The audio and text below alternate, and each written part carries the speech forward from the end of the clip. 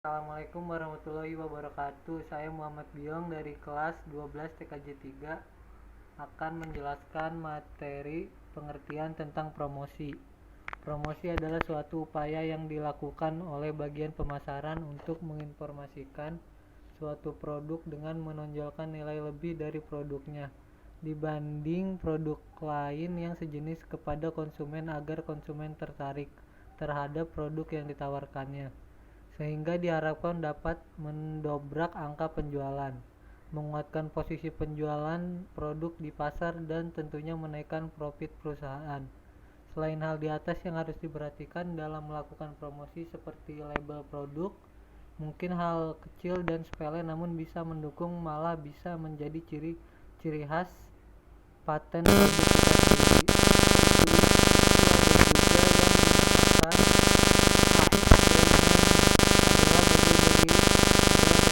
Merek yang bisa dilafalkan diucapkan seperti Adidas, Nike, Aqua, teh botol, dan lain-lain.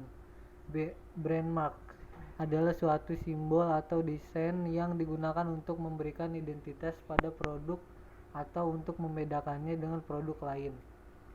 Contoh logo atau tulisan dari produk Aqua, Fit, Adidas, dan lain-lain. C. Trademark adalah produk yang dilindungi oleh undang-undang karena sudah didaftarkan pada pemerintah dan perusahaan mempunyai hak tunggal untuk menggunakannya.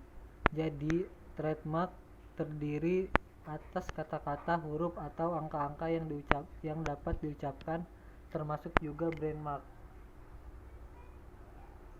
Selain itu, ada juga yang disebut dengan kerangka AIDA yang saling berhubungan dengan tugas-tugas promosi periklanan, yaitu A. Attention, mendapat perhatian. I. Interest, memperhatikan minat. D. Desire, menimbulkan keinginan. A. Action, melakukan tindakan. Segmentasi dan pembagian kelompok pasar konsumen.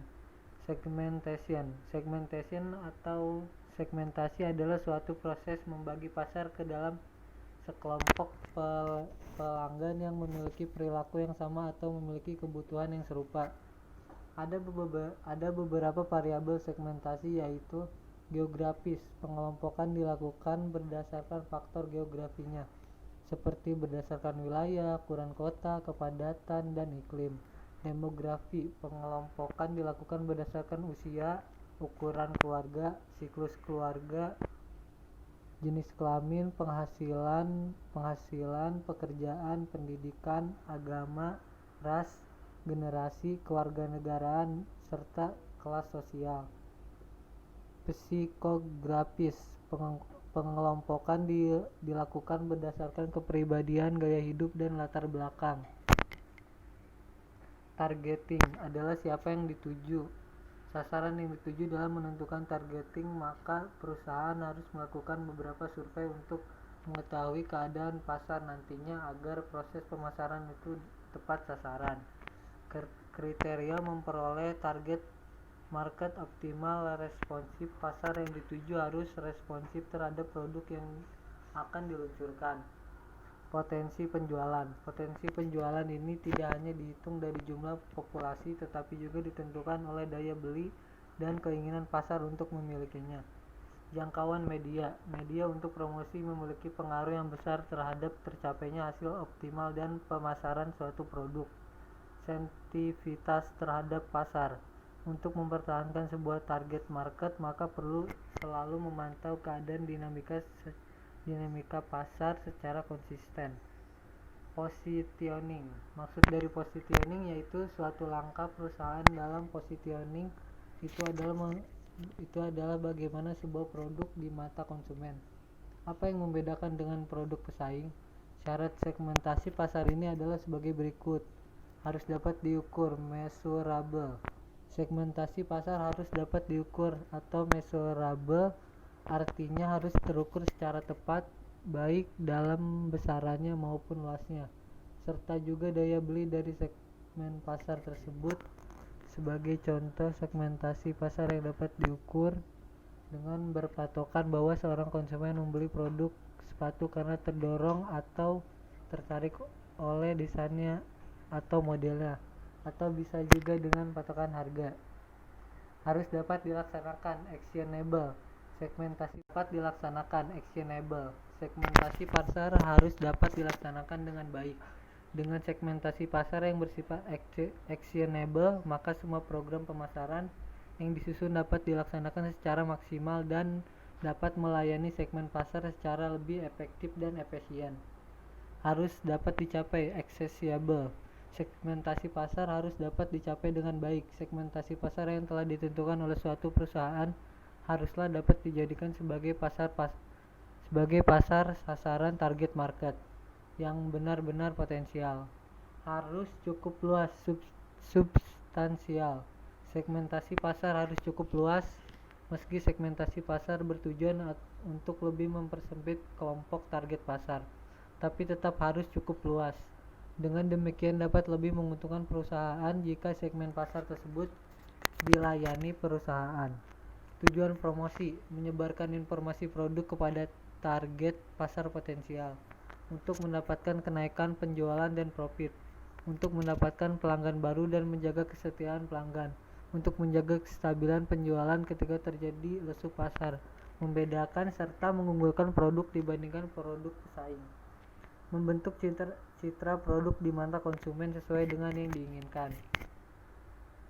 Fungsi promosi: menurut Supardili, fungsi dari promosi adalah sebagai berikut. Fungsi pengenalan tujuan dari promosi yaitu agar produk yang hendak dijual bisa diketahui oleh masyarakat. Biasanya produk dipromosikan hanya berisi informasi dasar. Contohnya adalah informasi merek, harga produk, keunggulan produk yang dipromosikan dibanding dengan produk lain. Fungsi penawaran: seorang konsumen bukan hanya diajak untuk mengetahui informasi dari produk atau jasa yang ditawarkan, tetapi juga menawarkan pada konsumen supaya membeli suatu keputusan atau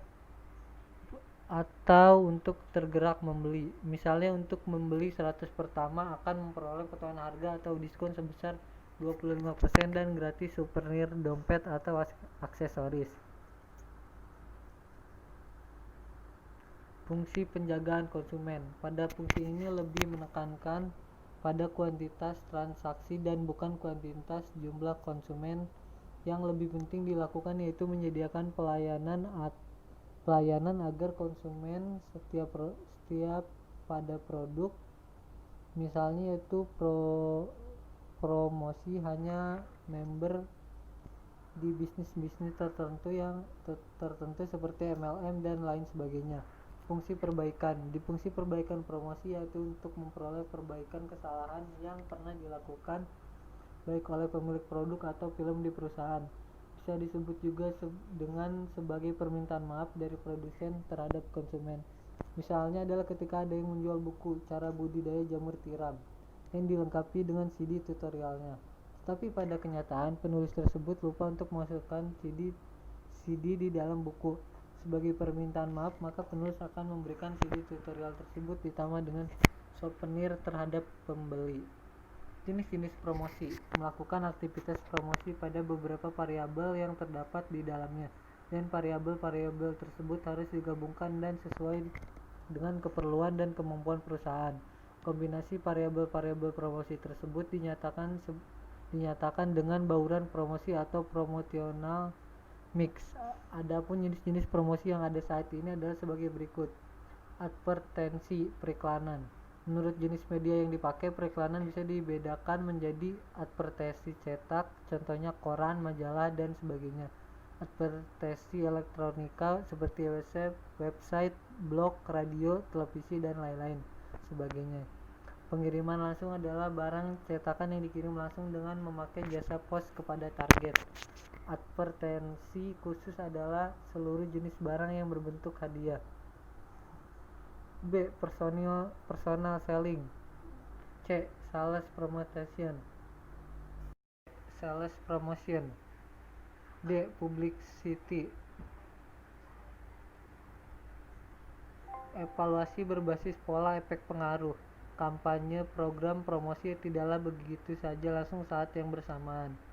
Memberikan pengaruh selalu ada tenggang waktu antara eksekusi program dengan hasil kinerja program. Evaluasi berbasis metodologi, penentuan saat waktu evaluasi atau memberikan informasi yang berbeda. Metode evaluasi dapat dilakukan sebelum prates, pada saat protes, atau sesudah post-tes. Program promosi dilaksanakan sebuah usaha yang menggunakan promosi penjualan. Misalnya memberi hadiah beberapa orang pembeli pertama, membuat sampel produk, membuat kupon berhadiah, memberikan konsultasi pelanggan dan sebagainya. Dan jangan lupa berikan layanan terbaik agar pembeli mau datang lagi. Sekian dari saya. Wassalamualaikum warahmatullahi wabarakatuh.